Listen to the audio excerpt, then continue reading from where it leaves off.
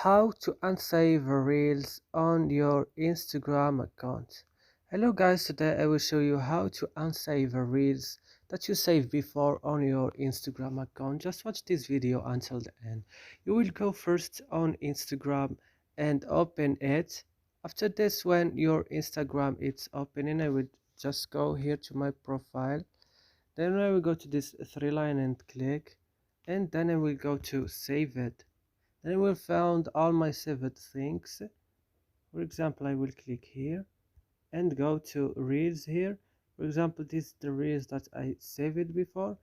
I wanna unsave it. I will just go back and I will click here and click on this three line, then click unsave, and then I will go back, and as you see now, I remove my save to this reels. And that's it. I hope this video is useful and helpful.